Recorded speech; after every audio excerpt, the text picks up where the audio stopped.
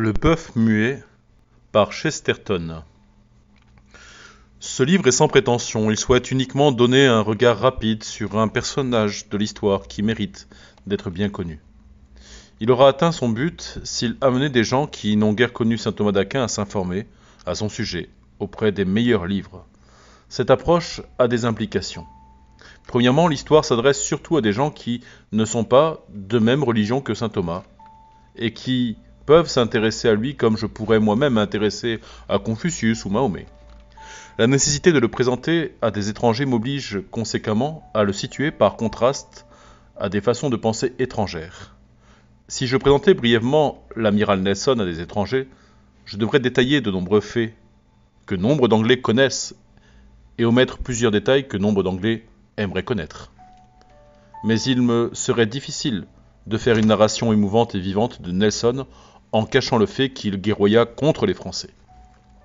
Pareillement, on ne saurait guère présenter saint Thomas sans mentionner qu'il a combattu des hérétiques. Bien que ce fait puisse gêner le but même de ce récit, j'espère seulement, et j'ai confiance, que ceux qui me considèrent comme un hérétique ne me blâmeront pas d'exprimer mes propres convictions, ni surtout celles de mon héros, saint Thomas d'Aquin. Il n'y a qu'un point où cette question affecte le courte narration qui suit.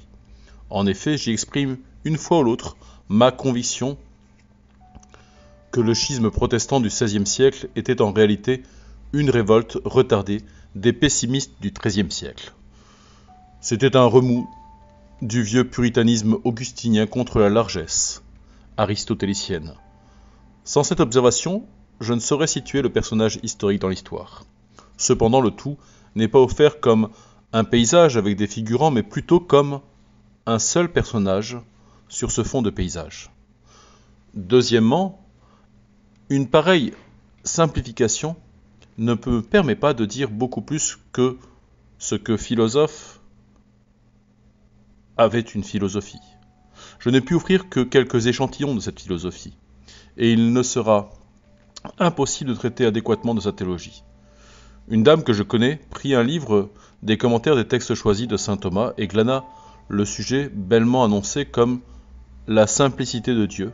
Quand elle déposa le livre, elle dit avec un soupir : « Si c'est là sa simplicité, je me demande bien quelle est sa complexité. » J'éprouve un grand respect pour cet excellent livre des commentaires thomistes, mais je ne souhaite pas que mon livre soit pareillement abandonné au premier coup d'œil, avec un pareil soupir. Mes avis qu'une biographie est une introduction à la philosophie du personnage, et que la philosophie est une introduction à sa théologie. Et je ne saurais mener le lecteur au-delà de la première étape de cette démarche. Troisièmement, je n'ai pas cru nécessaire de tenir compte des critiques qui se jouent du public de temps en temps en reproduisant des paragraphes, des monologies médiévales, afin d'horrifier le lecteur moderne par le truchement d'un langage méconnu. Je prends pour acquis que les gens cultivés savent que saint Thomas d'Aquin et ses contemporains, de même que tous ses adversaires pendant des siècles, croyaient en l'existence des démons et autres faits similaires. Si je n'ai pas choisi d'en traiter ici, c'est que ce fait similaire, c'est que ce fait ne contribue pas à dresser un portrait distinct de l'homme.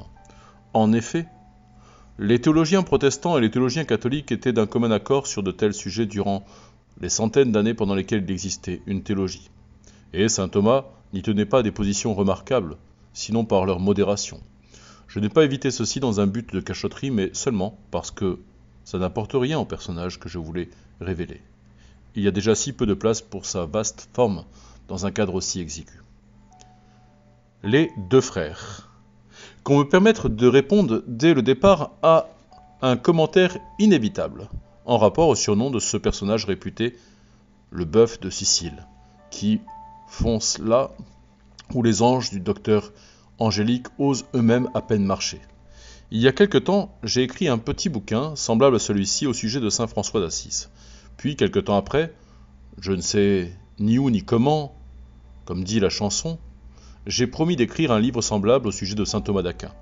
Cette promesse avait l'impulsion franciscaine et manquait de logique thomiste. Si on peut dresser une esquisse de saint François, on ne saurait produire qu'un plan de saint Thomas, à l'image du plan d'une ville labyrinthite.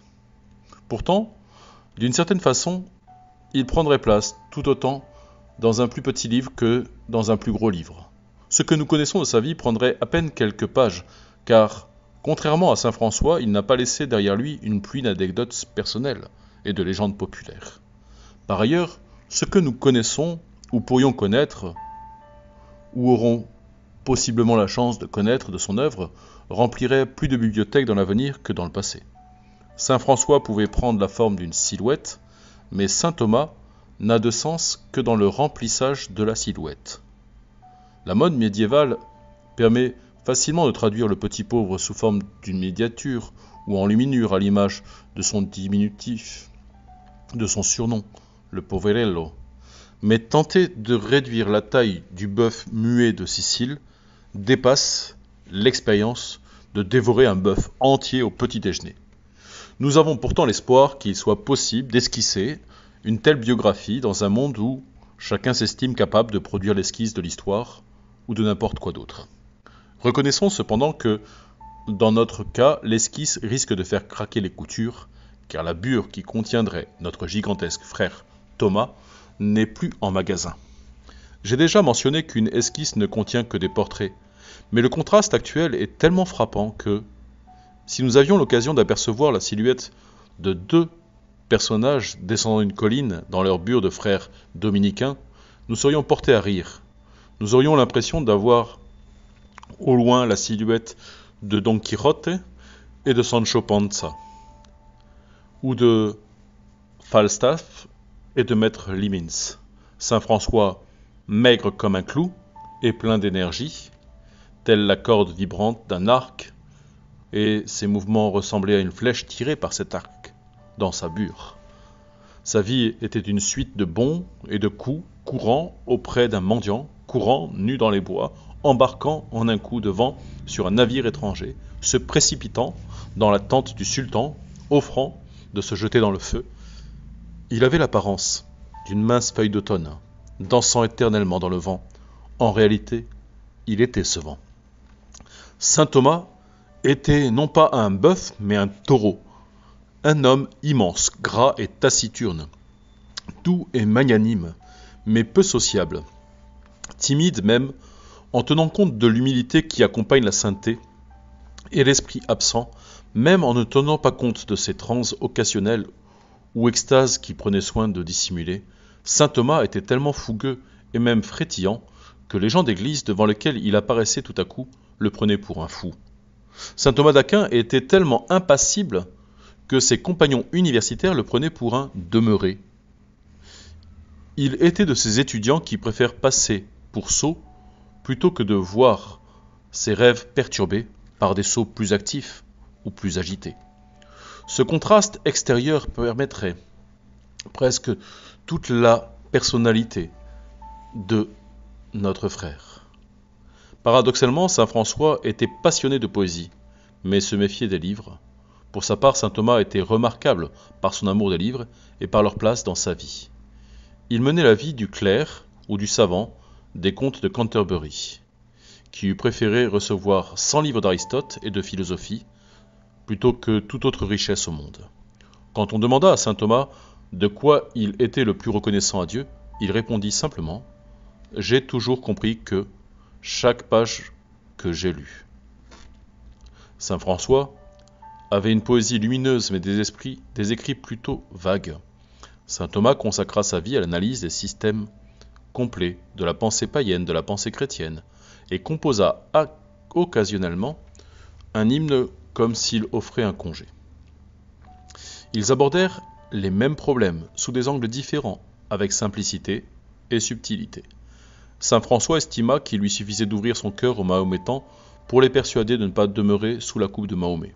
Saint Thomas travailla de tête pour formuler chaque distinction, chaque déduction concernant l'absolu et l'accident, afin de les sauver des mauvaises compréhensions d'Aristote. Saint François était le fils d'un marchand, d'un commerçant de la classe moyenne. Si toute sa vie fut en révolte contre la vie mercantile de son père, il conserva néanmoins l'élément de rapidité et d'adaptation qui fait du marché une ruche bruyante. S'il aimait les vertes plaines, il ne laissait pas l'herbe pousser sous ses pieds. Il était ce que les millionnaires américains et les bandits appellent un fil électrifié. L'expression est typique des modernes incapables de dépasser le monde physique pour exprimer la réalité du vivant. Saint François aurait préféré être décrit comme un ver plutôt qu'une force, mais ce ver était plein de vitalité. Adversaire majeur de la course à l'accaparement, il avait abandonné l'idée d'accaparement, mais conservé celle de la course. Pour sa part, saint Thomas abandonna un monde où le loisir était à portée et devint un de ces hommes dont le labeur a la placidité du loisir. Il était un travailleur acharné mais n'avait rien d'un agité. Il avait la marque de l'homme qui travaille sans être obligé de travailler, car il est né dans la noblesse d'une maison renommée, et semblable quiétude peut demeurer sous forme d'habitude, même lorsqu'elle n'est plus un but. Cette qualité s'exprimait chez lui par son amabilité, par sa courtoisie et sa patience. Chaque saint est un homme avant d'être un saint, et on peut avoir un saint pour chaque type d'homme. La plupart d'entre nous choisissons entre ces types selon notre propre goût. J'admets pour ma part que la gloire romantique de saint François d'Assise m'est toujours très chère. Mais j'ai par la suite éprouvé autant d'affection et même plus sous certains rapports envers cet homme qui habitait inconsciemment un grand cœur et une grande tête comme l'héritier d'une grande maison qui exerçait une hospitalité pareillement généreuse, si bien que plus distraite. Il m'arrive même d'avoir l'impression que saint François, l'homme le plus extraterrestre de cette terre, est trop actif à mon goût. Saint Thomas d'Aquin revient dans le collège et les salons des penseurs occuper une place qu'on ne lui aurait aucunement reconnue il y a 10 ans. Et le tempérament qui l'accueille est très différent de celui qui l'a rendu, saint François populaire, il y a 20 ans. Un saint est un remède parce qu'il est un antidote. Ceci explique d'ailleurs qu'un saint soit si souvent un martyr. On le prend pour le poison parce qu'il est l'antidote.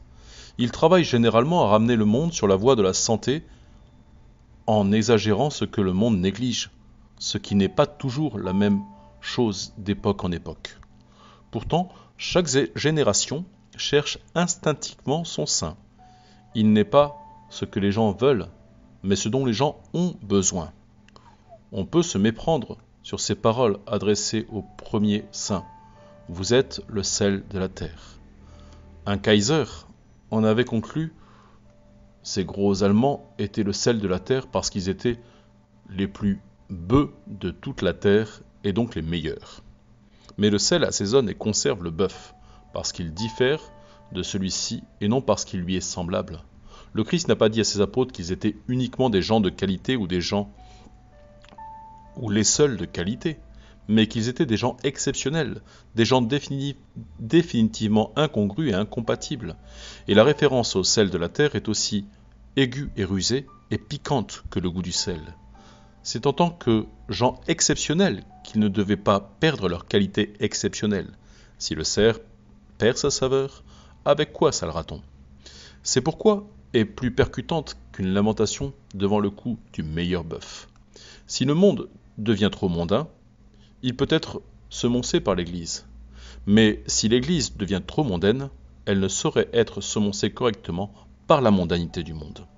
D'où le paradoxe de l'histoire voulant que chaque génération soit convertie par le saint qui la contredit le plus. Saint François offrait une attraction curieuse et énigmatique pour les gens de l'époque victorienne. Pour l'anglais du XIXe siècle, apparemment suffisant avec ses affaires et son bon sens. Non seulement Matthew Arnold, anglais plein de suffisance, mais aussi les libéraux anglais qui critiquaient pour leur suffisance, commencèrent graduellement à découvrir le mystère du Moyen-Âge, au travers de l'étrange histoire racontée par les plumes multicolores et les flammes crépitantes des images hagiographiques de Giotto. L'histoire de saint François avait un élément qui transperça ses qualités reconnues et exagérées des Anglais pour atteindre leurs qualités plus humaines et cachées.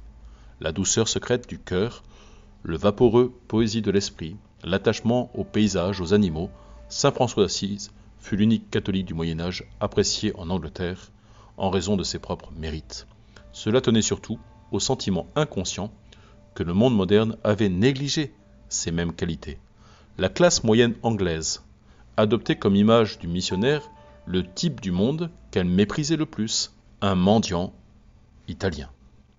De même que le XIXe siècle agrippait la romance franciscaine pour avoir négligé la romance, le XXe agrippe la théologie rationnelle thomiste pour avoir négligé la raison. Dans un monde trop impassible, le christianisme revêt sous la forme d'un vagabond. Dans un monde trop ébouriffé, le christianisme revient sous la forme d'un professeur de logique. Dans le monde de Herbert Spencer, les gens avaient besoin d'un remède contre leur congestion. Dans le monde d'Einstein, ils ont besoin d'un remède contre le vertige. Dans le premier cas, ils ont vaguement ainsi saisi qu'un long jeûne avait permis à saint François d'entonner le cantique du soleil et la louange de la terre fructueuse. Dans le second cas, ne fût-ce que dans l'espoir de comprendre Einstein, il devenait d'abord nécessaire de comprendre l'usage de la pensée. Ils commencèrent à comprendre que, de même que le XVIIIe siècle s'était voulu l'âge de la raison, et le XIXe celui du bon sens, le XXe siècle est devenu en quelque sorte l'âge du non-sens généralisé. Un tel monde avait besoin d'un saint, mais d'abord d'un philosophe. Nous voyons dans ces deux cas que le monde a véritablement l'instinct de ses besoins. La terre était vraiment plate pour les gens de l'époque victorienne, qui paradaient en la disant ronde, et un stigmatisé du mont Alverne, saint François, parut comme une montagne au milieu de la plaine. Mais le monde est devenu un tremblement de terre incessant pour les modernes qui ont éliminé Newton et Ptolémée. Il y a pour eux quelque chose de plus abrupt et incroyable qu'une montagne. C'est un morceau de terre réellement stable, l'écrit libre d'un homme équilibré. Si ces deux saints ont plu à deux générations, une romantique et l'autre sceptique, ils accomplissaient déjà la même œuvre à leur époque, une œuvre qui transforma le monde.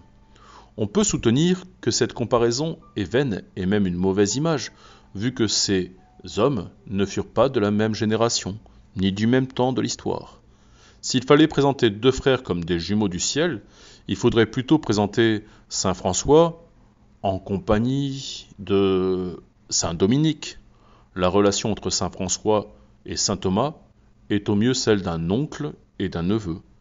Et si ma promenade fantaisiste doit reconnaître des frères jumeaux en saint François et saint Dominique, elle accepte de rappeler que saint Thomas était évidemment un fils remarquable de saint Dominique, tandis que son ami Bonaventure l'était de saint François. J'ai cependant une raison, même deux, de rapprocher le titre de deux livres et de placer saint Thomas auprès de saint François, plutôt qu'auprès de saint Bonaventure. D'abord, cette comparaison bancale, quant au temps, offre un raccourci pour toucher le cœur de l'histoire, et nous mène plus rapidement à la véritable question de la vie et de l'œuvre de saint Thomas d'Aquin. En effet, la plupart des gens ont une image incomplète mais frappante de la vie de saint François d'Assise. Et le moyen le plus rapide de raconter une histoire est de montrer comment deux hommes si contrastés travaillaient pourtant à la même œuvre. L'un des deux opérait cette tâche dans le monde de l'esprit, pendant que l'autre le faisait dans le monde mondain. Il s'agissait du même grand mouvement du Moyen-Âge, que nous comprenons encore si peu. Côté constructif, il était plus important que la réforme, je dirais même plus, du côté constructif, il était la réforme. Deux faits se dégagent de ce mouvement médiéval. Ce ne sont évidemment pas des faits contraires, mais possiblement des réponses à des erreurs contraires.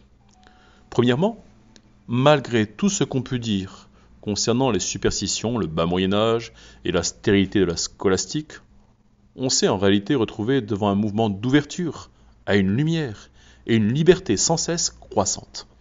Deuxièmement, malgré tout ce qu'on dira plus tard concernant le progrès, la Renaissance et les avant-coureurs de la pensée moderne, on a là un mouvement d'enthousiasme presque entièrement théologique, fidèle et orthodoxe, qui provenait de l'intérieur. On n'avait pas affaire à un compromis avec le monde, ou à une capitulation devant les païens ou les hérétiques, ni même un emprunt des moyens extérieurs, même lorsqu'on les a empruntés. En autant qu'il eut une percée vers la lumière du plein jour, elle ressemblait plus à la montée vers le soleil qu'à l'entrée de la lumière du jour dans une prison. Bref, on a eu affaire à ce qu'on nomme techniquement un déploiement de la doctrine. Pourtant, nous sommes régulièrement, aujourd'hui, devant une ignorance crasse, non seulement de la technique, mais même de la signification du mot « développement ». Ceux qui critiquent la théologie catholique paraissent croire qu'un développement n'est pas une évolution, mais plutôt une sorte d'évasion, au mieux une adaptation. Ils s'imaginent que son succès est le succès d'une capitulation. Pourtant, le mot développement n'a pas cette signification. Quand on dit d'un enfant qu'il s'est bien développé, on signifie qu'il a grandi, qu'il est devenu plus fort par sa propre force. On ne peut pas dire qu'il s'est rembourré avec des coussins et qu'il utilise des échasses pour paraître plus grand. Quand nous disons qu'un chiot s'est développé pour devenir un chien, nous ne voulons pas dire que sa croissance est un compromis graduel. Avec le chat, nous signifions qu'il est devenu plus chien et non moins. Un développement constitue l'expansion du plein potentiel et des implications d'une doctrine dans le temps. Dans le cas présent, la croissance de la théologie médiévale consistait simplement dans la pleine compréhension de cette théologie. Il est de première importance de reconnaître ce fait dès le départ concernant l'époque de l'éminent dominicain et du premier franciscain. En effet, l'orientation de mille et une manières humanistes et naturalistes était réellement un déploiement de la doctrine suprême, qui était aussi le dogme de tous les dogmes. C'est ainsi que la poésie populaire de saint François d'Assise et la prose presque rationaliste de saint Thomas d'Aquin révèlent clairement leur appartenance au même mouvement. Elles sont deux pouces majeurs du développement catholique dont la dépendance envers les objets extérieurs n'est que la dépendance de tout être vivant et grandissant envers le monde. En d'autres mots, celui-ci les avale, les transforme, les intègre, mais poursuit sa course selon sa propre forme et non la leur. Un bouddhiste ou un communiste peut s'imaginer que la plus parfaite unification se produit quand deux choses se mangent mutuellement. Mais les vivants ne fonctionnent pas ainsi. Saint François était heureux de s'appeler le troubadour de Dieu. Il ne cherchait pas à être le Dieu des troubadours. Saint Thomas n'a pas réconcilié le Christ avec Aristote. Il a réconcilié Aristote avec le Christ. En effet, malgré le contraste frappant et même comique entre le gros saint Thomas et le mince saint François, le grand et le petit, le vagabond et l'intellectuel, l'apprenti et l'aristocrate, le rébarbatif à la lecture et le lecteur assidu, le missionnaire le plus débridé qui soit et le plus placide des professeurs, le point crucial de l'histoire médiévale est que ces deux grands hommes accomplissaient la même œuvre, l'une dans les universités et l'autre dans la rue. Ils n'introduisaient pas de nouveautés païennes ou hérétiques dans le christianisme. Au contraire, ils menaient le christianisme à la chrétienté. Ceci, ils le faisaient contre des pressions historiques souvent devenues des habitudes aux hautes études et chez des gens en autorité dans l'Église chrétienne. Ils utilisaient dans ce but des outils et des armes que bien des gens associaient à l'hérésie ou au paganisme. Saint François se servait beaucoup de la nature, tandis que saint Thomas d'Aquin se servait d'Aristote. Certaines personnes pensaient qu'ils utilisaient une déesse païenne et un sage païen. Les pages qui suivront traiteront de leur véritable travail, en particulier dans le cas de saint Thomas. Mais il est utile de pouvoir le comparer dès le début avec un saint mieux connu. On pourrait presque paradoxalement dire que ces deux saints nous sauvaient de la spiritualité qui est morte, atroce. On aura possiblement de la misère à comprendre que saint François nous sauvait du bouddhisme par son amour des animaux et que saint Thomas nous sauvait du platonisme par son amour de la philosophie grecque. Mais pour dire la vérité toute simple, ils réaffirment tous deux l'incarnation du Verbe, en ramenant Dieu sur terre. Cette analogie, apparemment lointaine, offre la meilleure préface de la philosophie de saint Thomas. Comme nous le verrons plus en détail plus tard, cet aspect purement spirituel ou mystique du catholicisme a relativement eu le dessus durant les premiers siècles catholiques, grâce au génie de saint Augustin, qui avait été un platonicien et n'a peut-être jamais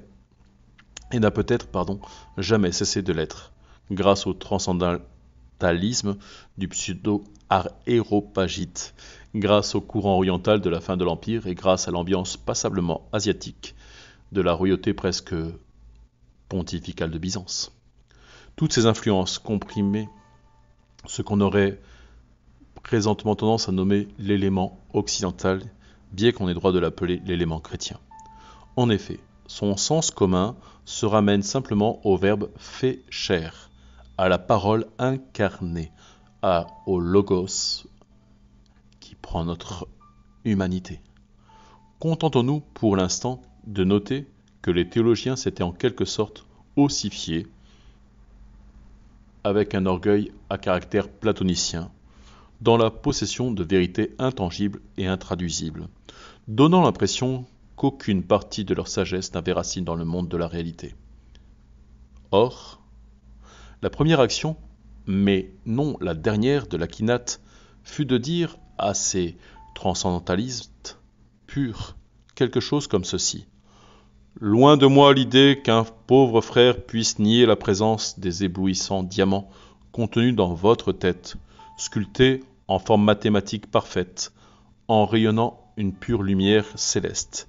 Ils sont là, presque avant que vous commenciez à penser, ou même à voir, à entendre ou à sentir. Je n'ai cependant pas honte d'avouer que la nourriture de ma raison passe par mes sens, que ce que je pense est grandement redevable à ce que je vois, je sens, je goûte et je touche. Et, en ce qui concerne ma raison, je me sens obligé de traiter toute cette réalité comme étant réelle. Bref, en toute humilité, je ne crois pas que Dieu voulut que l'homme utilise seulement la sorte d'intelligence élevée et abstraite que vous avez le bonheur de posséder. Je crois qu'il existe un lien mitoyen où des faits sont proposés au sens pour être traités par la raison, et que la raison a le droit d'y régner comme représentante de Dieu dans l'homme. Certes, ceci est d'un niveau moins élevé que les anges, mais c'est d'un niveau plus élevé que les bêtes et que tous les objets matériels qui se trouvent réellement autour de l'homme. Certes, l'homme peut aussi être considéré comme un objet, et même un objet déplorable, mais un homme peut faire ce qu'un autre homme a fait. Et si un vénérable vieux païen du nom d'Aristote peut m'aider à le faire, je lui en serai humblement reconnaissant. Voilà l'origine de ce qu'on nomme faire appel à saint Thomas et à Aristote. On peut aussi bien dire qu'il s'agit de faire appel à la raison et à l'autorité des sens. On a quelque chose de parallèle dans le fait que saint François n'était pas seulement à l'écoute des anges, mais aussi des oiseaux. Aussi, avant d'aborder les aspects intellectuels arides de saint Thomas, nous pouvons remarquer que nous trouvons en lui, comme en saint François d'Assise, un premier facteur pratique, plutôt que moral, une bonne dose de franche humilité et l'empressement de se considérer lui-même, sous certains rapports, comme un animal. Comme saint François traitait son corps d'âne, on peut même conserver ce contraste en termes zoologiques. Si saint François était en quelque sorte l'âne commun qui porta le Christ dans Jérusalem, saint Thomas, qu'on a réellement comparé à un bœuf, ressemblait à ce monstre apocalyptique qu'on trouve dans l'imagination mythique assyrienne, le bœuf ailé. Cependant, évitons encore une fois de laisser le contraste ignorer le caractère commun, et n'oublions pas qu'aucun des deux n'aurait souffert, dans son orgueil, d'exercer la même patience que le bœuf et l'âne de l'étable de Bethléem. On trouve bien entendu dans la philosophie de saint Thomas, et nous aurons bientôt l'occasion de nous en apercevoir, bien des idées plus étranges et plus compliquées que l'idée fondamentale selon laquelle l'équilibre du bon sens passe par les 5 sens. Mais l'important pour l'instant n'est pas de savoir que ceci fait partie de la doctrine thomiste, mais qu'il s'agit véritablement et éminemment d'une doctrine chrétienne. Sur cette question, les écrivains modernes écrivent des tas de non-sens et poussent à bout leur ingénue habileté à manquer l'évidence, supposant sans raison, dès le début, que toute libération doit éloigner les hommes de la religion en direction de l'irreligion. Ils oublient, tout aussi simplement et aveuglement, cet élément remarquable de la religion elle-même. On ne pourra guère cacher plus longtemps à qui que ce soit que saint Thomas d'Aquin fut un des grands libérateurs de l'intelligence humaine. Les sectaires du XVIIe et du XVIIIe siècle furent essentiellement des obscurantistes et ont perpétué une légende obscurantiste selon laquelle le philosophe de l'école scolastique était un obscurantiste et que le Moyen-Âge était obscurantiste. Déjà, au XIXe siècle, cette histoire devenait difficile à avaler. Au XXe siècle, elle devrait être incapable et inacceptable. Mais ceci n'a rien à voir avec leur théologie ou la sienne. Il s'agit d'une question de proportion historique qui finit par ressortir à mesure que les querelles du passé s'estompent. Le fait de l'histoire nous force à voir saint Thomas était un grand homme qui réconcilia la religion et la raison, qui lui ouvrit le chemin des sciences expérimentales, qui insista que les sens étaient les fenêtres de l'âme et que la raison pouvait, de droit divin, se repaître des faits et que la foi avait affaire à assimiler la viande de la plus solide et de la plus pratique philosophie païenne. De même que le génie militaire de Napoléon était un fait de l'histoire, de même le combat de Thomas d'Aquin en faveur d'un esprit ouvert et libre, si on le compare à ses rivaux ou même à ses successeurs, est à ceux qui ont voulu le remplacer. Les gens qui voudront, quelle que soit leur raison honnête, accepter l'aboutissement de la réforme protestante, devront reconnaître que la philosophie de l'école thomiste était la manière de réformer, et que les réformateurs qui vinrent par la suite étaient les réactionnaires par rapport à lui. Je n'emploie pas ce mot comme un reproche venant de ma propre position, mais comme un simple fait, dans la perspective commune, au progressisme moderne. Ainsi, ils lièrent à nouveau l'esprit à l'interprétation littérale des saintes écritures hébraïques, alors que saint Thomas avait déjà parlé d'une grâce déposée par l'Esprit Saint chez les philosophes grecs. Il préconisa le devoir social des œuvres là où ils insistèrent uniquement sur le devoir spirituel de la foi. On trouve la confiance en la raison au cœur même de l'enseignement de saint Thomas, tandis qu'au cœur même de l'enseignement luthérien, on voudra que la raison ne soit pas du tout fiable. On aura facilement et finalement accès à ce fait comme étant factuel. On courra le risque de voir l'opposition se jeter dans l'autre extrême. Ceux qui avaient jusque-là reproché son présumé dogmatique aux philosophes de l'école thomiste commenceront à l'admirer comme un modernisme qui aurait diminué les dogmes. Ils commenceront à décorer sa statue avec des guirlandes du progrès et le présenter comme un homme avant son temps, ce qui signifie toujours un homme en accord avec le nôtre. Ils finiront par le charger de la responsabilité d'avoir donné naissance à l'esprit moderne. Ils vont découvrir son intérêt et supposeront aussi qu'il leur est semblable par cet intérêt. Jusque-là, le glissement est pardonnable. Cela s'est produit jusqu'à un certain point dans le cas de saint François d'Assise. Mais dans le cas de saint François, on ne pouvait pas dépasser un certain point de personne. Même pas des libres penseurs comme Renan ou Matthew Arnold n'auraient osé suggérer que saint François était quelque chose d'autre qu'un fervent chrétien, ou qu'il avait un autre but que d'imiter le Christ. Pourtant, saint François avait aussi cet effet libérateur de l'humanité auprès de la religion, bien qu'il ait libéré l'imagination plutôt que l'intelligence. Mais personne ne dira que saint François a assoupli la discipline chrétienne, vu qu'il l'a resserrée comme un cordon autour de sa bure de frère.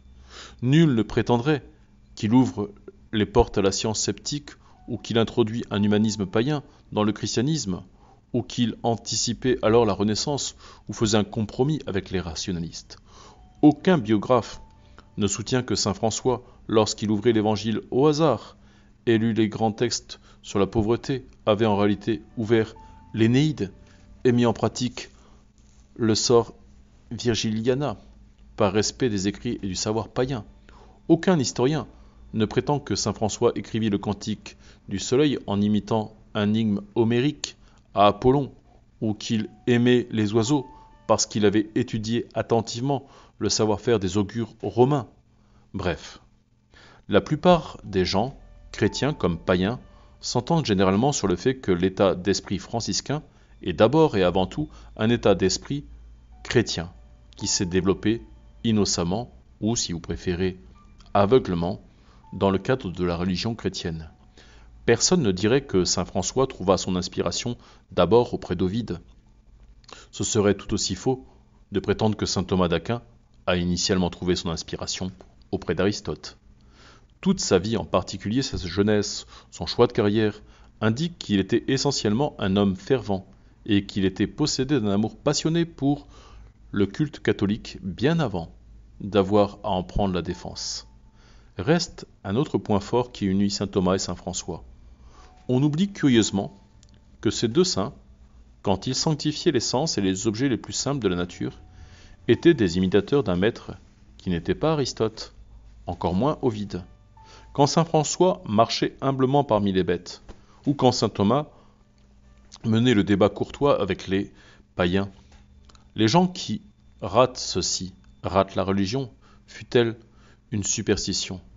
En fait, ils manquent même ce qu'ils considéraient le plus superstitieux, l'histoire monumentale d'un homme-dieu rapporté dans les évangiles.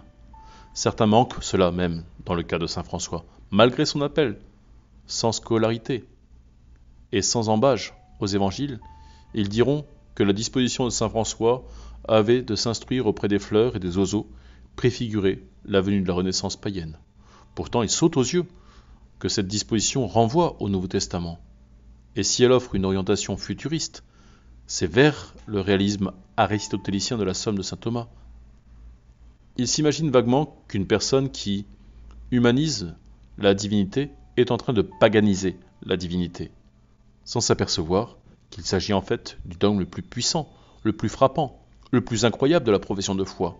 Saint François devenait de plus en plus comme le Christ, et non seulement comme Bouddha lorsqu'il regardait le lys des champs et des oiseaux du ciel.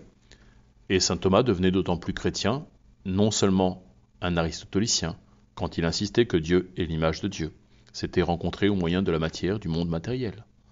Ces saints étaient des humanistes au sens le plus précis du terme, parce qu'ils insistaient sur l'importance de l'être humain dans le schéma théologique des choses. Mais ils n'étaient pas des humanistes marchant le long du sentier du progrès, conduisant au modernisme et au scepticisme généralisé. Car ils offraient, dans leur humanisme même, un dogme qu'on considère souvent aujourd'hui comme le plus superstitieux des surhumanismes. Ils renforçaient l'étonnante doctrine de l'incarnation, que les sceptiques considèrent la plus difficile à croire. Il n'y a pas d'élément de la divinité chrétienne qui soit plus indigeste que la divinité du Christ. Ce point est très au point. Ces hommes devinrent d'autant plus orthodoxes, conformes à la foi, qu'ils devinrent plus rationnels ou plus naturels. Devenir plus orthodoxe, plus conforme à la foi, était l'unique façon de devenir plus rationnel, plus naturel. En d'autres termes, une véritable théologie libérale n'a rien à voir avec le libéralisme théologique et ne pourrait même pas coexister avec celui-ci. C'est à ce point flagrant que je vais l'illustrer au moyen d'une ou deux idées de saint Thomas, sans anticiper l'esquisse élémentaire du thomisme qui viendra plus tard. Nous pouvons déjà observer le point suivant. Nous avons par exemple l'idée typique de saint Thomas selon laquelle l'être humain doit être étudié dans toute son humanité, qu'un homme n'est pas homme sans son corps, pas plus qu'il n'est homme sans son âme. Un cadavre n'est pas un homme, mais un fantôme n'est pas plus un homme. L'école de la pensée de saint Augustin et même de saint Anselme de Canterbury avait plutôt négligé ce fait, considérant l'âme comme le seul trésor nécessaire enrobés pendant un certain temps dans une serviette de table négligeable. Ils en furent d'autant moins orthodoxes qu'ils furent plus spirituels. Ils volaient parfois très près des déserts orientaux de la migration des âmes essentielles, leur permettant de passer de corps accessoire en corps accessoire de multiples fois, se réincarnant même dans le corps de bête ou d'oiseau. Saint Thomas défendit vigoureusement le fait que le corps d'un homme est tout autant son propre corps que son esprit est son esprit, et qu'il est entièrement l'équilibre et la fusion des deux. Bien entendu, cette notion est d'une certaine façon naturaliste et ressemble au respect moderne des choses matérielles.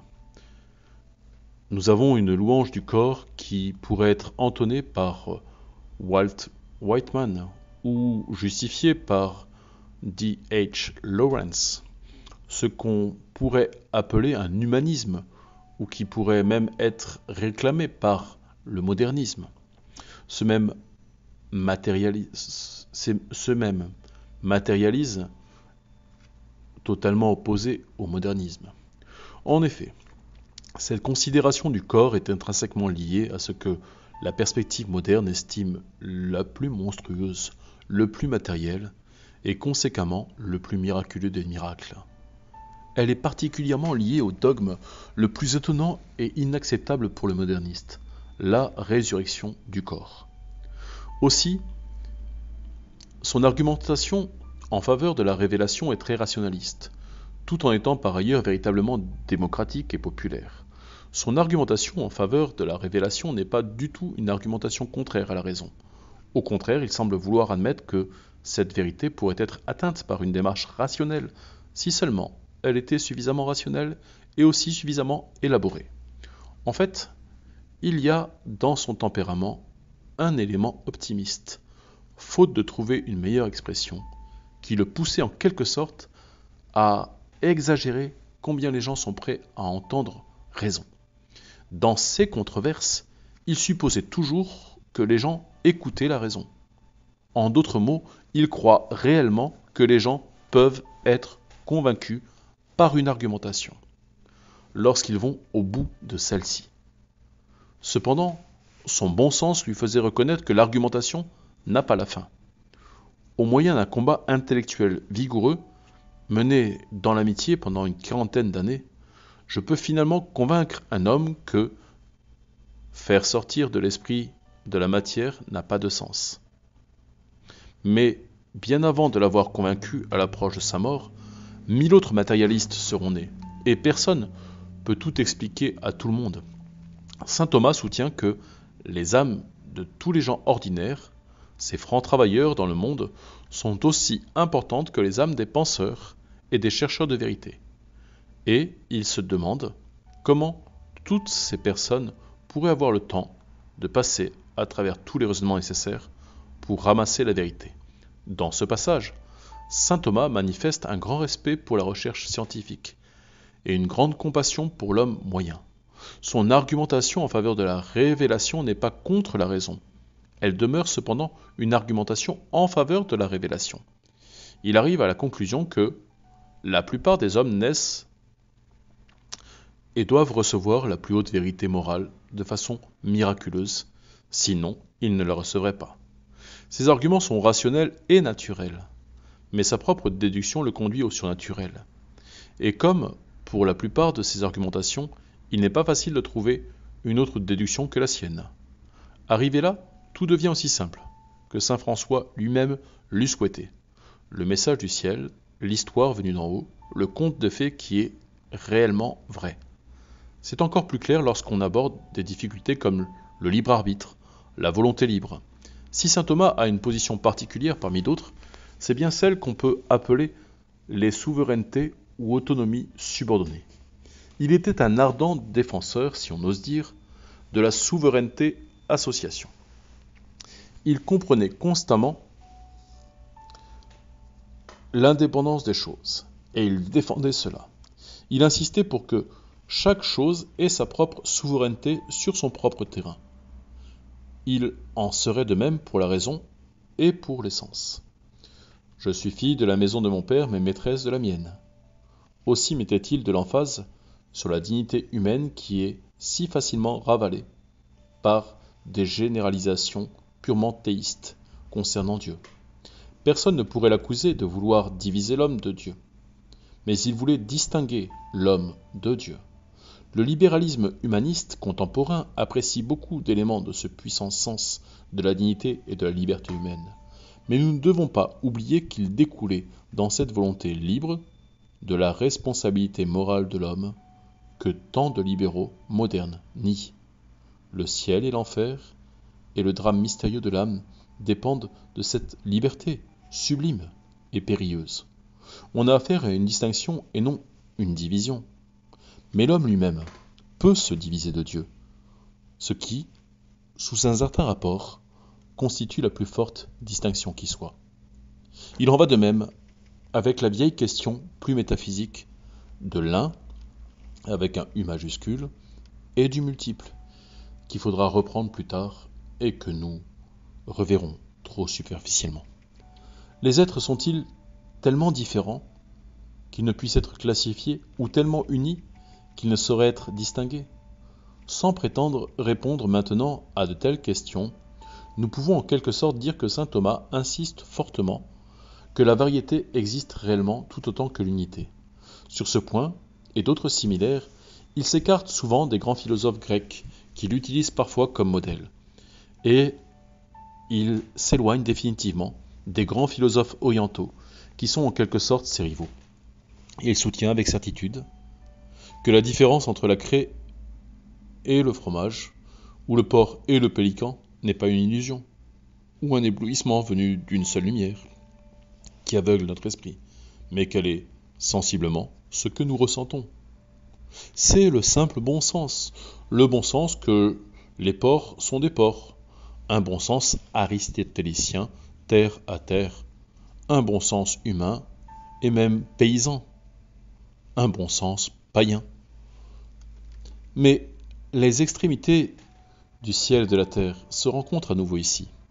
Cette position est aussi reliée à l'idée dogmatique chrétienne de la création, d'un créateur qui a créé le porc plutôt qu'un cosmos, qui les aurait uniquement formés par évolution. Tous ces points attestent notre point de départ. Le mouvement thomiste opéra une ouverture et une libération en métaphysique, comme le mouvement franciscain le fit dans la morale et les mœurs. Ce fut une croissance venant de l'intérieur même de la théologie chrétienne, et aucunement un recul de la théologie chrétienne, suite aux influences païennes ou seulement humaines. Les franciscains avaient la liberté de devenir un frère plutôt que l'obligation de devenir un moine. Mais par ce fait même, ils étaient d'autant plus chrétiens, catholiques et même ascètes. De la même façon, le thomiste était libre d'être aristotélicien plutôt qu'obligé d'être augustinien. Et il était d'autant plus théologien, un théologien fidèle et orthodoxe, un dogmatiste en ayant retrouvé, par l'intermédiaire d'Aristote, le plus provoquant de tous les dogmes, le mariage de Dieu et de l'homme, par conséquent de Dieu et de la matière. On ne saurait comprendre la grandeur du XIIIe siècle sans comprendre qu'il offrit la croissance de nouvelles issues, d'une réalité vivante. Il fut de cette façon encore plus hardi et plus libre que ce qu'on appellera la Renaissance, car celle-ci était seulement la résurrection de vieilles choses découvertes dans une réalité morte. Ainsi, le médiévisme n'est pas une renaissance, mais une naissance. Il ne construit pas des temples à l'image des tombes et ne fit pas appel aux dieux de la déesse. Il créa une architecture aussi nouvelle que l'ingénierie moderne, et demeure même l'architecture la plus moderne. Il fut suivi à la Renaissance par une architecture antique. On pourrait dire ainsi de la Renaissance qu'elle fut une rechute. On dira ce qu'on voudra du mouvement gothique et de l'Évangile selon saint Thomas d'Aquin. On ne pourra pas le traiter de rechute. On était devant une nouvelle pensée, comme la poussée titanesque de l'ingénierie gothique. Elle prenait sa force dans le Dieu qui produit toute chose dans la nouveauté. En un mot, saint Thomas d'Aquin rendait la chrétienté plus chrétienne en la rendant plus aristotélicienne. Ce n'est pas un paradoxe, mais un simple truisme, qui échappe seulement à ceux qui savent ce qu'est un aristotélicien, mais qui ont oublié ce qu'est un chrétien. Comparé à un juif, à un musulman, à un bouddhiste, à un théiste, ou autres possibilités les plus généralisées, le chrétien est une personne qui croit que la divinité ou la sainteté s'est rattachée à la matière et est entrée dans le monde des sens. Certains écrivains modernes qui ont raté ce point élémentaire ont même laissé entendre que l'acceptation d'Aristote était une sorte de concession faite aux Arabes, comme un curé moderniste qui fait une concession aux agnostiques. Il pourrait aussi bien dire que la croisade était une concession faite aux Arabes que de voir une concession faite aux Arabes dans saint Thomas sauvant Aristote d'Averroès. Les croisés voulaient récupérer le lieu où le corps du Christ avait été déposé parce qu'ils croyaient, à tort ou à raison, que c'était un lieu chrétien. Saint Thomas voulait reprendre ce qui était essentiellement le corps même du Christ, le corps sanctifié du Fils de l'homme qui était devenu un intermédiaire miraculeux entre le ciel et la terre, et il voulait avoir un corps avec tous ses sens, parce qu'il croyait, à tort ou à raison, qu'il était une réalité chrétienne. Disons simplement que saint Thomas prenait la voie humble, marchant dans les pas d'Aristote, comme Dieu qui travaillait dans l'atelier de saint Joseph. Enfin, ces deux grands hommes n'étaient pas seulement unis par le caractère véritablement révolutionnaire de leurs révolutions respectives. Celui-ci les séparait aussi de la plupart de leurs compagnons et de leurs contemporains. En 1215, saint Dominique de Guzman, le Castillan, fonda un ordre mendiant assez semblable à celui de François, et curieuse coïncidence historique, il le fit peu après un moment que François. Il le fit à peu près au même moment que saint François. Son but majeur était de prêcher la philosophie catholique aux hérétiques albigeois, dont la philosophie était d'une nombreuse forme un manichéisme. Elle prenait racine dans le mysticisme éloigné, le détachement moral de l'Orient. Par conséquent, les dominicains devenaient surtout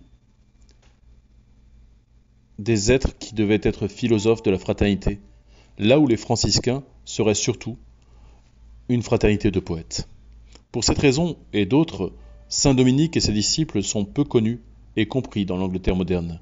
Ils prirent éventuellement part à une guerre religieuse conséquente, à un argument théologique. Or, l'atmosphère de notre pays, ces derniers siècles, a rendu un argument théologique encore moins compréhensible qu'une guerre religieuse. Cette conséquence est assez curieuse. En effet, saint Dominique était encore plus marqué que saint François par la stricte norme de vertu et de vérité que la culture protestante aime considérer comme les leurs. L'anecdote qu'on raconte à son sujet eût fort répondu chez nous s'il était venu d'un puritain anglais. Le pape avait montré son magnifique palais papal et dit « Pierre ne pourrait plus dire « Je n'ai ni argent ni or ». Et alors le frère dominicain de répondre « Non, il ne pourrait non plus dire « Lève-toi et marche ». Nous avons ainsi une autre façon de voir comment l'histoire populaire de saint François nous donne un pont entre le monde médiéval et le monde moderne. C'est fondé sur le fait mentionné, saint François et saint Dominique sont unis dans l'histoire pour avoir accompli une même œuvre et sont curieusement divisés par la tradition populaire anglaise. Dans leur propre pays, ils sont comme les jumeaux célestes répandant la même lumière du ciel, presque entourés de la même auréole selon l'image venue d'un autre ordre où la sainte pauvreté est représentée sous la forme de deux chevaliers sur un même cheval.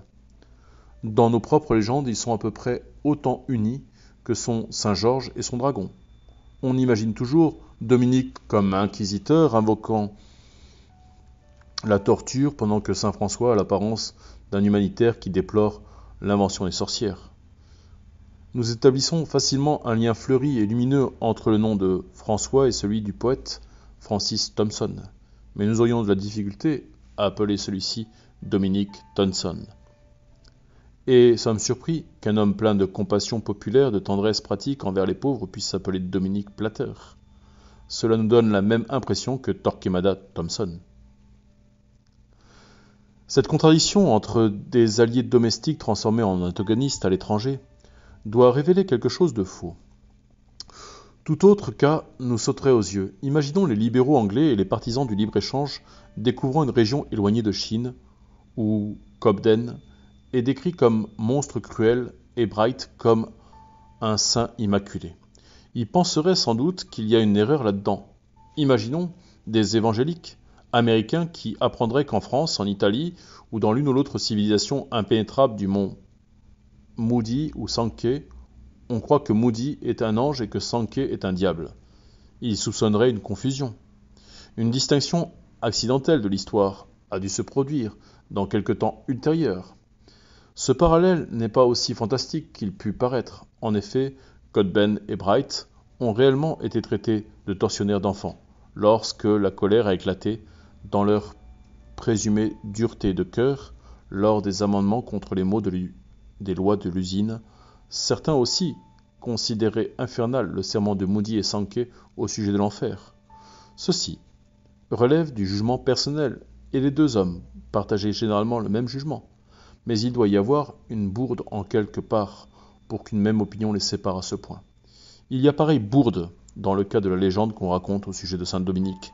Ceux qui ont la plus élémentaire connaissance historique de saint Dominique savent qu'il était un missionnaire et non un persécuteur militant. Sa contribution à la religion fut le rosaire et non le chevalet. Sa carrière n'a pas de sens si on ne comprend pas ses célèbres victoires furent des victoires de la persuasion et non de la persécution. Certes, saint Dominique croyait en la justification de la persécution, au sens où le bras séculier pouvait réprimer des désordres religieux. Mais tout le monde croyait la même chose, même cet élégant blasphémateur Frédéric II de Prusse, qui ne croyait en rien d'autre. Certains soutiennent que celui-ci fut le premier à brûler des hérétiques. Quoi qu'il en soit, ce dernier estimait que la persécution des hérétiques était l'un de ses devoirs et privilèges impériaux. Mais traiter Dominique de persécuteur, d'hérétique, est l'équivalent de jeter le blâme au père Mathieu qui a persuadé des millions d'ivrognes à prendre un vœu de tempérance pour avoir appuyé la loi par laquelle un policier pouvait parfois arrêter un ivrogne. On passe à côté de la question, celle qu'un homme qui avait le don de la conversion plutôt que celui de la contrainte. La véritable différence entre François et Dominique, qui ne jette discrédit sur aucun, est que Dominique s'est engagé dans une gigantesque campagne de conversion des hérétiques, tandis que François avait la tâche plus subtile de convertir des êtres humains. C'est la vieille histoire selon laquelle nous pouvons avoir besoin de quelqu'un comme Dominique pour convertir des païens au christianisme, tandis que nous avons encore plus besoin de quelqu'un comme saint François pour convertir des chrétiens au christianisme. Nous ne devons cependant pas perdre de vue le fait que la difficulté propre à saint Dominique consistait à convertir toute une population, des royaumes, des villes, des campagnes, qui s'étaient éloignés de la foi et avaient adopté de curieuses et anormales religions nouvelles. Le fait qu'ils aient reconquis des masses de gens ainsi perdus, avec comme seul moyen la parole et la prédication, constitue un énorme triomphe, méritant un trophée colossal. On reconnaît l'humanité de saint François pour avoir tenté, mais échoué, de convertir les Sarrasins. Et on traite saint Dominique de bigot, d'obsédé pour avoir tenté et réussi de convertir les Albigeois. Notre horizon doit être borné lorsque nous voyons les campaniles d'Assise et la ligne bleue des collines ombriennes, sans voir le vaste champ de bataille de la croisade du Sud, la morale de Muret et le miracle encore plus grand de Dominique, où le désespoir asiatique fut défait dans les basses Pyrénées et sur les rivages de la Méditerranée. S'il existe cependant un lieu encore plus jeune et essentiel entre Dominique et François, qui concerne plus particulièrement l'objectif de ce livre, ils ont été glorifiés plus tard parce qu'ils ont été décriés dans leur temps. En effet, ils ont lancé ce qui est le plus impopulaire chez les hommes, un mouvement populaire. Une personne qui ose s'adresser directement aux gens se fait toujours un grand nombre d'ennemis, à commencer par les gens eux-mêmes. Dans la mesure où le pauvre commence à comprendre qui veut leur venir en aide et non pas leur faire du mal, Les classes bien établies au-dessus d'eux se mettent en mouvement pour les restreindre et non pour les aider. Les riches et même les gens instruits ont parfois l'impression qu'il n'est pas fausse que ceci pourrait changer le monde, et non seulement dans sa mondanité ou dans sa sagesse mondaine, mais jusqu'à un certain point dans sa véritable sagesse. Une telle impression n'était pas fausse dans le cas présent. Considérons par exemple l'attitude véritablement Gavroche de saint François, qui envoyait voler livres et études, ou la tendance postérieure des frères d'en appeler au pape au mépris des évêques locaux et autorités ecclésiastiques. En d'autres mots, saint Dominique et saint François ont engendré une révolution aussi populaire et impopulaire que la Révolution française. À notre époque, nous avons de la difficulté de percevoir la fraîcheur de la Révolution française de son temps. La Marseillaise retentit un moment comme une voix humaine sortie d'un volcan ou comme la musique de danse d'un tremblement de terre. Les rois de la terre tremblèrent, certains craignant que le ciel ne leur tombe sur la tête et d'autres craignant encore que la justice n'arrive. Aujourd'hui, on joue la Marseillaise à des soupers, rencontres diplomatiques, où monarques régnants et millionnaires rayonnants se mêlent et semblent nettement moins révolutionnaires qu'au clair de la lune. Il est aussi approprié de rappeler que les révolutionnaires modernes estimeraient insuffisant la révolte des Jacobins français de la même façon qu'ils estimeraient insuffisant la révolte des frères. Ils diraient que ni les uns ni les autres ne sont allés assez loin, mais bien des gens de cette époque estimaient qu'ils étaient trop loin. Dans le cas des frères, échelons supérieurs de l'État et parfois même de l'Église, furent profondément choqués devant le déversement débridé des prédicateurs populaires incontrôlés dans la population. Nous avons de la difficulté à ressentir comme ces événements lointains pouvaient être déconcertants et même déconsidérés. Les révolutions se transforment en institutions. Les révoltes qui rajeunissent de vieilles sociétés vieillissent à leur tour. Et un passé plein de nouveautés, de divisions, d'innovations et d'insurrections prend l'apparence de la texture unifiée de la tradition. Si nous voulons cependant un fait qui rende percutant ce choc de transformation et de défi, et qui montre combien l'expérience des frères était crue et enguenillée, presque turbulente, d'une nouveauté audacieuse, issue d'une vie débraillée plutôt que raffinée, dans l'opinion de bien des gens de l'époque, on n'a qu'à rapporter aux faits suivants. La marche des mendiants indique combien l'ancienne chrétienté semblait y avoir la fin d'une époque, alors que le chemin même de la terre paraissait trembler sous les pieds de cette nouvelle armée anonyme. Entendez aboyer les chiens, la cohue des mendiants s'en vient, disait alors une comptine. Et l'on parle de chiens pour les dominicanes, disait une comptine dans le ton de la crise de l'époque. Bien des villes se fortifiaient presque contre eux, et bien des chiens de garde aboyaient réellement et fortement contre ces chiens de Dieu. Ces mendiants passaient, mais le chant des mendiants, entonnant leur cantique du soleil, était encore plus puissant. Ces hurlements des dogues de Dieu, les dominicanes, comme le dit la blague médiévale, les chiens du Seigneur, nous pouvons prendre la mesure véritable et déchirement introduite par cette révolution, la rupture d'un passé avec le premier et le plus extraordinaire des événements de la vie de saint Thomas d'Aquin. D'une façon étrange, le père abbé en fuite. D'une façon étrange et symbolique, Thomas d'Aquin jaillit au centre même d'un monde civilisé de son époque, au cœur de la rencontre entre les puissants qui contrôlaient toute la chrétienté. Il avait des liens proches avec chacun, même avec ce qui pouvait détruire la chrétienté. Toute la querelle religieuse et toute la querelle internationale étaient dans son cas une querelle familiale. Il était né dans la pourpre, presque littéralement dans la frange du manteau impérial, car son cousin était empereur du Saint-Empire romain. Il aurait pu inscrire les emblèmes de la moitié des royaumes d'Europe sur son bouclier, s'il n'avait pas balancé le bouclier.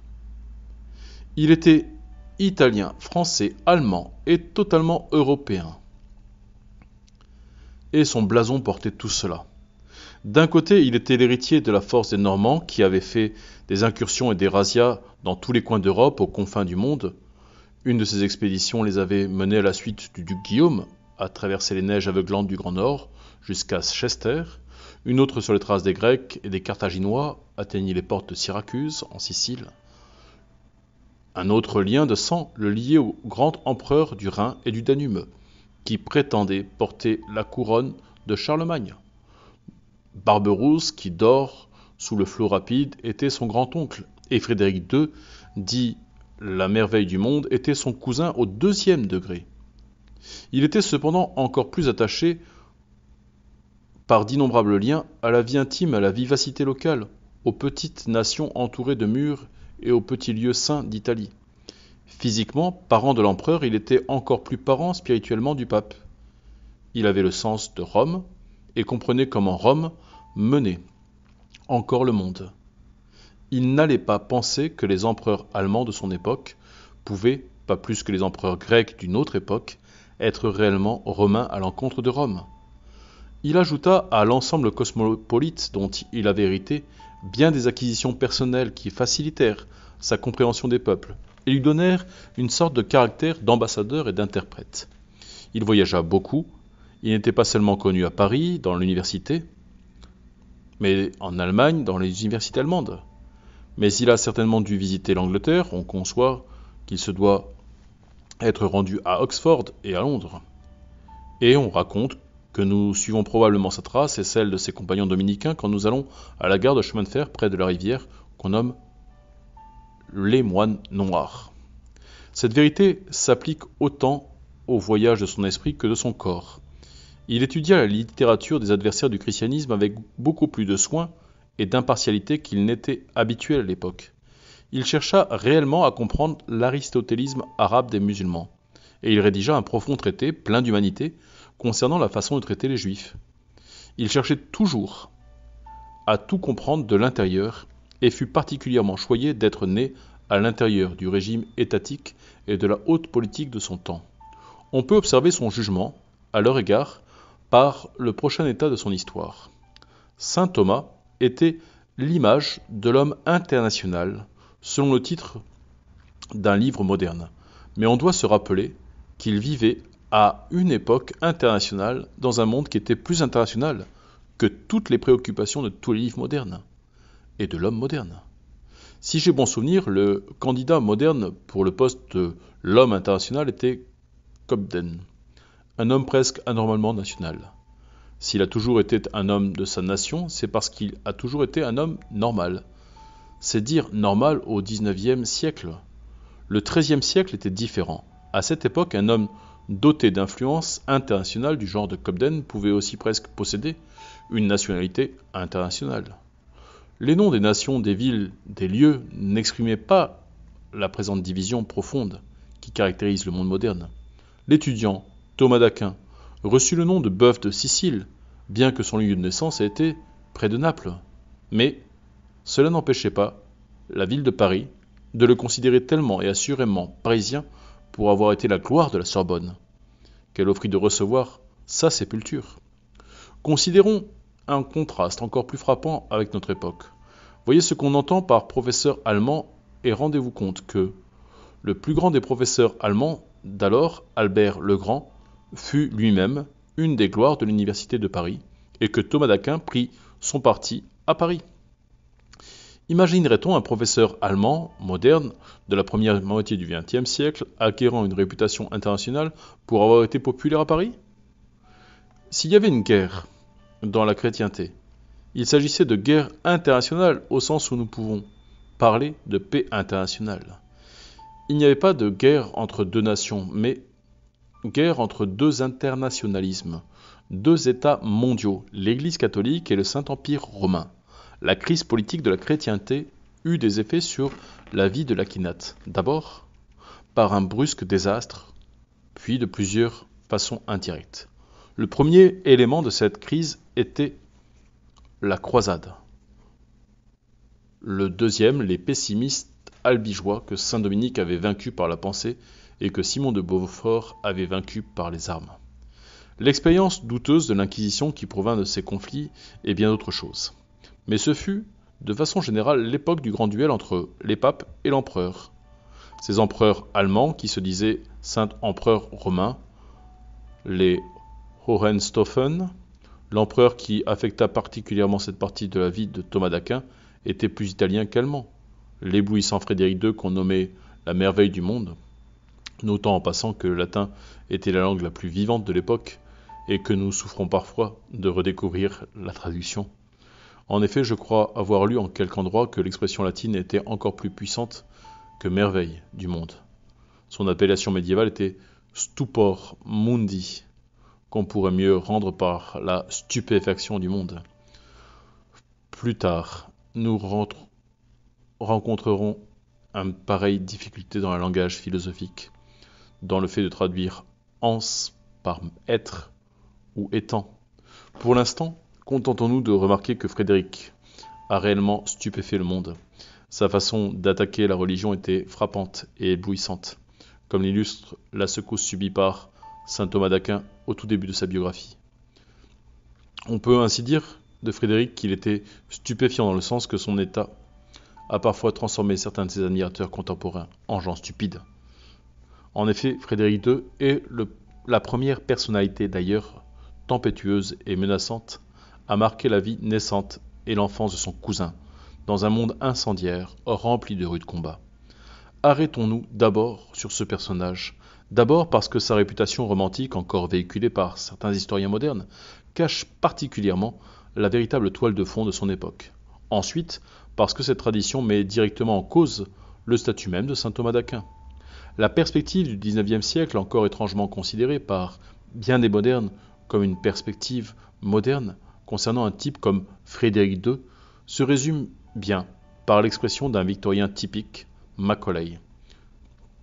Frédéric II était, disait-il, un homme d'État dans un âge de croisée, un philosophe dans un âge de moine. Remarquons, cette antithèse présume qu'un croisé ne peut guère être un homme d'État, ni un moine philosophe. On peut pourtant souligner le cas de deux hommes du temps de Frédéric II qui réfutent cette supposition. Saint Louis de France, bien que croisé, avait échoué comme croisé et fut un homme d'État, qui connut plus de succès que Frédéric II. Dans la pratique politique, il a rendu populaire, solidifié et sanctifié le gouvernement le plus puissant d'Europe. L'ordre et la puissance de la monarchie française, cette dynastie dont la puissance s'accrut constamment pendant 500 ans pour atteindre la gloire du grand siècle, alors que Frédéric s'effondra devant la papauté, et que les républiques et un vaste rassemblement de prêtres et de gens. Le Saint-Empire romain, qui voulut instituer, ne fut qu'un idéal au sens d'un rêve. Il ne se réalisa jamais, comme l'État solide et inébranlable fondé par l'homme d'État français. Autre exemple, une génération plus tard, notre propre Édouard Ier, pourtant croisé, fut un des hommes d'État les plus pratiques et efficaces de l'histoire. L'autre moitié de l'antithèse est encore plus fausse, et concerne encore plus notre sujet. Frédéric II n'était pas un philosophe à l'âge des moines. Il était uniquement un touche-à-tout en philosophie au temps du moine Thomas d'Aquin. Certes, il fut un gentilhomme, intelligent, et même doué, mais s'il a laissé quelques écrits sur l'être et le devenir, ou sur le rapport précis entre la réalité et la réalité, je ne crois pas que ces scribouillages soient terriblement excitants pour l'étudiant d'Oxford ou l'homme de lettres de Paris, ou encore moins pour ce petit groupe de thomistes qui sont apparus même à New York ou à Chicago. On ne lui manque pas de respect en affirmant que cet empereur n'était certainement pas un philosophe au même sens que l'était Thomas d'Aquin, et surtout pas un philosophe aussi universel et durable. Pourtant, Thomas d'Aquin vivait à l'âge même des moines, dont Macaulay semble laisser entendre que ce fut un âge incapable de produire de la philosophie. Ne perdons pas notre temps sur les causes de ces préjugés victoriens que certains considèrent encore d'avant-garde. Il provient d'une remarque étroitesse d'esprit selon laquelle on ne peut apporter le meilleur à notre époque que si on s'inscrit dans la foulée du monde médiéval. Ces gens de l'époque victorienne s'imaginaient que seul un hérétique aurait pu venir en aide à l'humanité. Celui-là même qui réussit presque à détruire la civilisation médiévale pourrait seul construire la civilisation moderne. De là sont venues quantité de fables comiques, comme celle que les cathédrales avaient dû être l'œuvre d'une société secrète de francs-maçons ou que l'épopée de Dante était cryptogramme exprimant les rêves politiques de Garibaldi. Pourtant, cette génération n'a pas un caractère probable et ne correspond pas à la vérité des faits. Cette période médiévale était surtout un temps de pensée communale ou corporatiste. Elle était dans un certain cas plus universelle que la pensée individualiste moderne. On le doit simplement de l'expression d'homme d'État. À l'époque de Macaulay, on concevait l'homme d'État comme une personne qui favorisait étroitement les intérêts de son propre pays, comme ceux des autres pays, à la façon de Richelieu en France, de Chatham en Angleterre, de Bismarck en Prusse. Mais si un homme voulait prendre la défense de tout ce pays, les unir et construire une fraternité d'États afin de résister à un danger extérieur, comme celui présenté par des millions de Mongols, alors le pauvre homme ne pouvait évidemment pas être considéré comme un homme d'État. Il était seulement un croisé. Soyons honnêtes envers Frédéric II. Il fut un croisé, mais il fut aussi une sorte d'anti-croisé. Il fut un homme d'État international, il était un homme d'État international du type des soldats internationaux. Un soldat international est toujours détesté par les internationalistes. Il déteste Charlemagne, Charles V et Napoléon, et tous les gens qui ont essayé de créer l'État mondial qui réclame jour et nuit, mais Frédéric est un personnage plus douteux et moins douté. Car il devait être à la tête du Saint-Empire romain, mais était accusé de vouloir être la tête d'un aucunement Saint-Empire romain. Pourtant même en tant qu'antéchrist, il témoignerait de l'unité de la chrétienté. Cette époque avait cependant une étrange qualité qui, tout en étant internationale, est tout aussi interne et intime.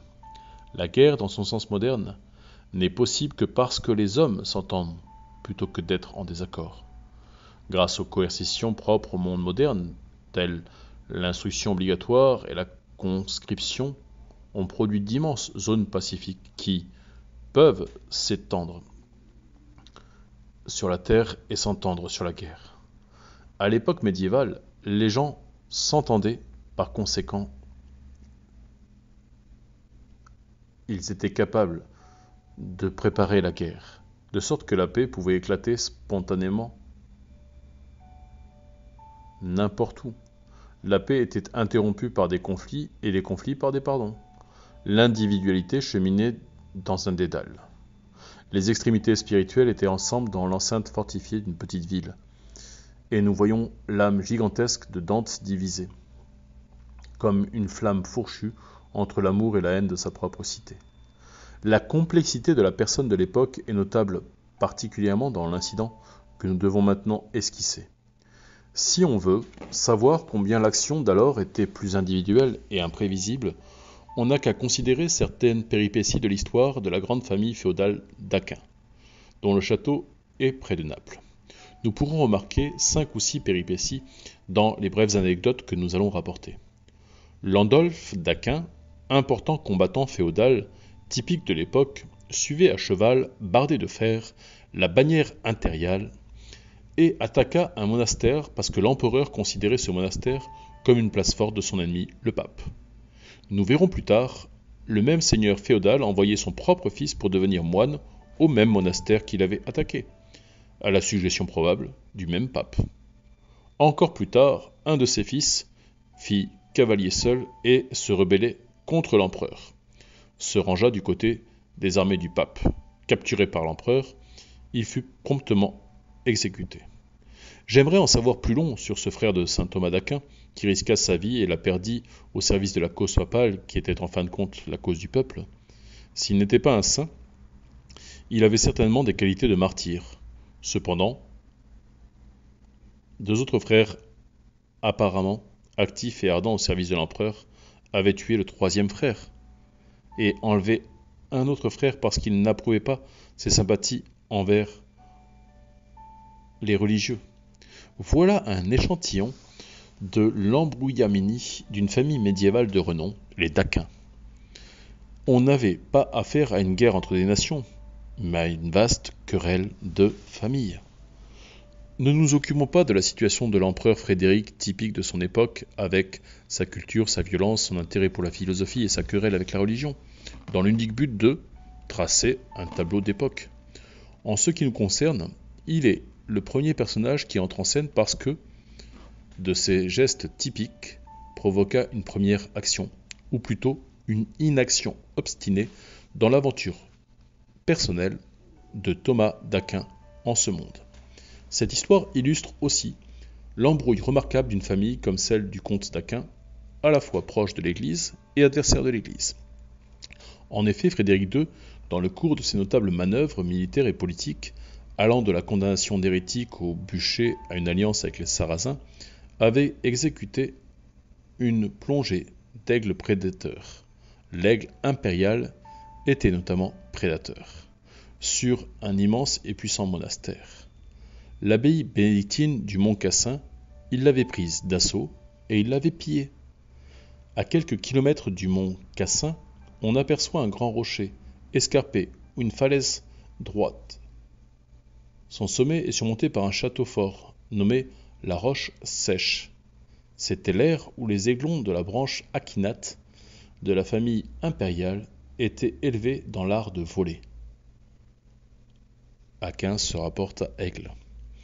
Là habitait le comte Landolphe d'Aquin, père de Thomas d'Aquin et de quelques 7 autres frères. Il chevauchait avec sa famille dans la campagne militaire et devait participer à la destruction du monastère. Mais typique de l'époque, le comte Landolphe estima que la nomination de son fils Thomas comme abbé de ce monastère serait un geste délicat et plein de tact. On aurait ainsi gracieusement fait amende honorable de l'Église et on aurait réglé du même coup les difficultés familiales. En effet, le comte Landolphe avait remarqué depuis un certain temps qu'il n'y avait rien à faire de son fils Thomas, sinon un abbé ou quelque chose de ce genre. Né en 1226, Thomas éprouvait depuis son tout jeune âge une mystérieuse répulsion à l'idée de devenir un aigle prédateur ou de s'intéresser simplement à la fauconnerie, aux tournois ou autres activités dignes d'un gentilhomme. Il était un garçon large, lourd, silencieux, qui ouvrit rarement la bouche, et alors seulement pour demander soudainement de matière explosive à son instituteur « Qu'est-ce que Dieu ?» On ne rapporte pas la réponse, mais le chercheur a dû poursuivre sa recherche personnelle pour trouver ses propres réponses. L'unique endroit pour un gars comme ça était l'église, et même un cloître. Pas de problème là. Le comte Landolphe était en bonne situation pour offrir un monastère à son fils, où ce dernier aurait un titre digne de son rang social. Aussi, s'organisa-t-on pour que Thomas d'Aquin soit moine, ce qui semblait correspondre à ses intérêts, et qu'il devienne, éventuellement, père abbé du Mont Cassin. Mais un curieux imprévu intervint. Pour autant qu'on le sache, il semblerait qu'un jour, le jeune Thomas d'Aquin se présenta au château de son père pour annoncer tranquillement qu'il était devenu membre des frères mendiants de l'ordre fondé par l'espagnol Dominique, un peu à la façon d'un fils aîné d'un grand propriétaire qui dirait à sa famille qu'il vient d'épouser une romanichelle ou d'un héritier d'un duc d'Angleterre annonçant qu'il allait prendre part à une marche de la faim organisée par des présumés communistes. On y retrouve l'abîme déjà mentionné entre l'ancienne et la nouvelle vie monastique et le tremblement de terre opéré par la révolution dominicaine et franciscaine. Thomas avait paru vouloir être moine et on lui avait aussitôt ouvert les portes sur la grande avenue d'une abbaye qui les mènerait au trône d'un abbé mitré. Mais lui-même exprimait le désir de devenir un petit frère. Aussi sa famille se jeta-t-elle sur lui. Comme des bêtes sauvages, ses frères le poursuivirent sur la route d'Italie, le dépouillèrent de sa bure de frère, l'enfermèrent dans une tour comme s'il était fou. Il n'est pas facile de tracer le cours de cette furieuse querelle de famille, et son aboutissement dû à la ténacité du jeune frère. Selon certains, la désapprobation de sa mère fut de courte durée et elle se rangea de son côté. Mais ses parents n'étaient pas les seuls concernés. Toute la classe gouvernante de l'Europe, dont sa famille faisait partie, était agitée par l'attitude de ce triste sire.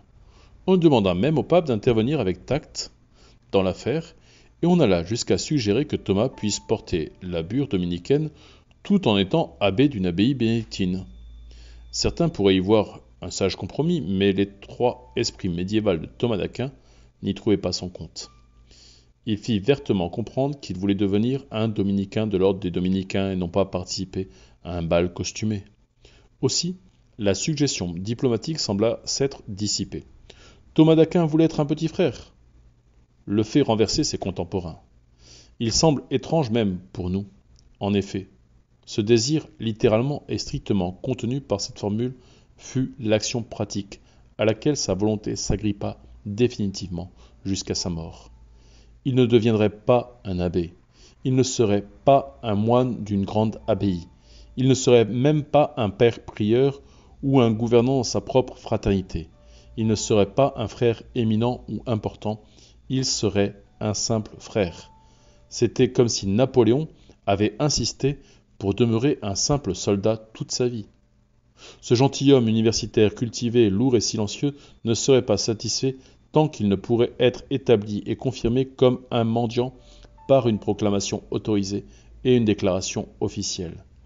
Fait intéressant d'ailleurs, alors qu'il fit plus qu'un son devoir en tant que mendiant, il n'avait guère l'étoffe d'un mendiant et n'avait pas grande chance de devenir un bon mendiant.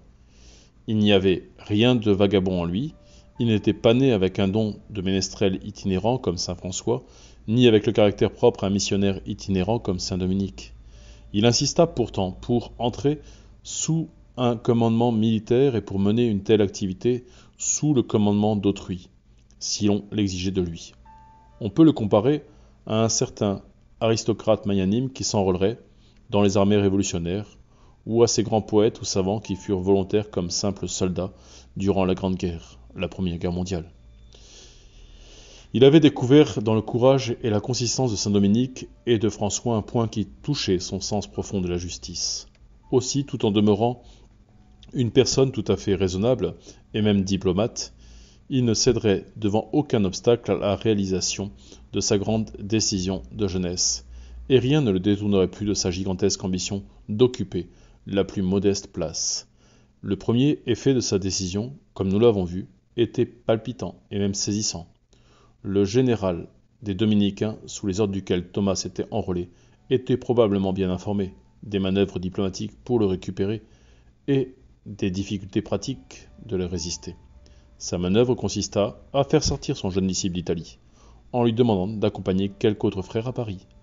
Cette première étape de la vie de l'enseignement itinérant de nation était quelque sorte prophétique.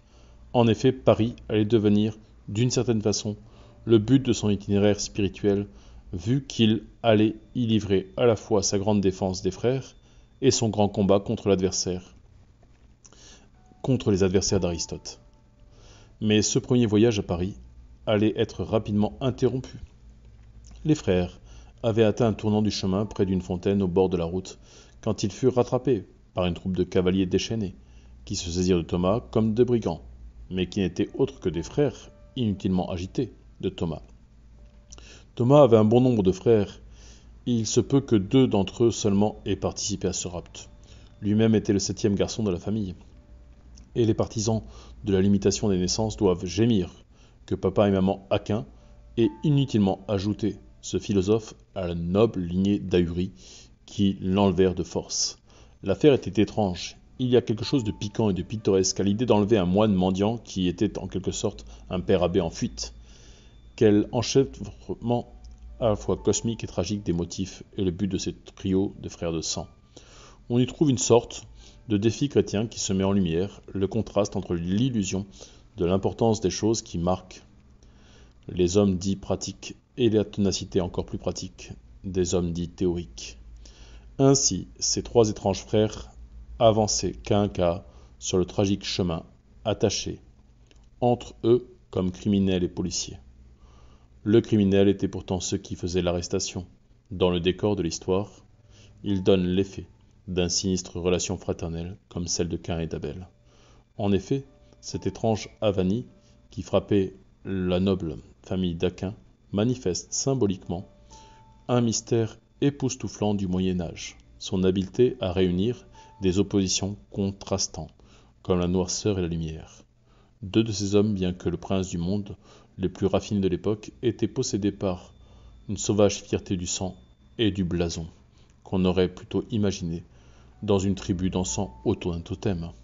À ce moment, ils avaient tout oublié, sauf leur nom de famille, plus limité que celui d'une tribu, et surtout celui d'une nation. Quant au troisième membre du trio, né de la même ère et possiblement très ressemblant aux deux autres, il était animé d'une conception de la fraternité plus étendue que la plupart des démocraties.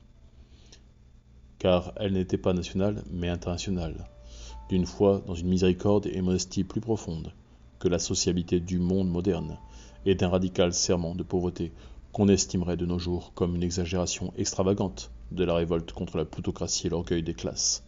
Deux sauvages et un sage issus du même château italien, ou encore un saint plus pacifique que la plupart des sages modernes. Ce double aspect embrouille mille controverses. On est au cœur de l'énigme du Moyen-Âge, cet âge qui n'était pas un mais deux. L'humeur de certains hommes nous fait penser à l'âge de pierre, tandis que l'esprit de certains autres nous donne l'impression qu'ils sont de l'âge d'or, dans la plus moderne des utopies. On aura toujours des gens bons et des gens méchants, mais à cette époque, les bons qui étaient subtils vivaient avec les méchants qui étaient simples, et ils étaient de même famille, grandissaient dans la même maison, entraient dans la même bagarre du monde, comme les frères d'Aquin se bagarrèrent au bord de la route lorsqu'ils entraînèrent la force, le nouveau frère, et l'enfermèrent dans leur château, sur la colline. Quand ses frères tentèrent de le priver de sa bure de moine, il semble leur avoir résisté avec la combativité héritée de ses pères, et paiera avoir gagné, parce que la tentative avorta. Il accepta son emprisonnement avec son calme habituel, et n'a probablement pas tellement souffert de pouvoir philosopher, dans un donjon comme dans une cellule. En effet, la façon dont l'histoire est racontée nous laisse croire qu'il a plutôt dû être trimballé comme une statue de pierre pour une bonne part de son enlèvement. Une seule anecdote concernant sa captivité nous le montre en colère, mais plus fâché qu'à tout autre moment de sa vie. L'événement frappa l'imagination de son temps pour des raisons supérieures, mais il présente aussi un intérêt psychologique autant que moral. Pour une fois dans sa vie, pour l'unique fois de sa vie, Thomas d'Aquin était véritablement hors de lui, chevauchant la tempête hors de la tour de l'intellectuel et de la contemplation qui était ordinairement son lieu de résidence. Ceci se produisit quand ses frères introduisirent dans sa chambre une ravissante courtisane fardée dans l'espoir de le saisir par une tentation surprise, ou du moins de l'impliquer dans un scandale. Sa colère était justifiée même à partir de critères moraux moins stricts que les siens. En effet, la bassesse même de l'entreprise l'emportait sur la grossièreté. Même dans une perspective terre-à-terre, il savait que ses frères savaient, et il savait qu'il le savait. Que le supposer brisant son engagement pour une vile provocation était une insulte à sa noblesse. Mais il était aussi animé d'une sensibilité encore plus terrible. L'immense aspiration à l'humilité était en lui la voix de Dieu venant du ciel. On voit l'énorme forme balourde passer aussitôt à l'action et s'animer. Et il était bellement tempétueux. Il bondit de sa chaise, saisit un tisonnier du foyer et le brandit comme une épée flamboyante. La dame poussa évidemment un cri et s'enfuit. C'était ce qu'il voulait. Mais on peut rire à la pensée de ce qu'il traversa la tête de la pauvrette quand elle vit une espèce de fou gigantesque, gesticulant avec des flammes, comme s'il allait mettre la maison en feu. Il se contenta pourtant de la suivre à la porte et de la refermer derrière elle. Puis, avec une sorte d'impulsion de rituel violent, il braqua le tisonnier rouge contre la porte, brûlant celle-ci par une immense croix noire. Puis il revint mettre le tisonnier dans son feu et s'assit sur la chaise sédentaire des études, la chaire de philosophie, le trône secret de la contemplation, duquel il ne s'est jamais relevé. Suite dans la prochaine vidéo, la révolution aristotélicienne et la suite de la lecture pour le prochain épisode. Paix et bonheur à chacun de vous.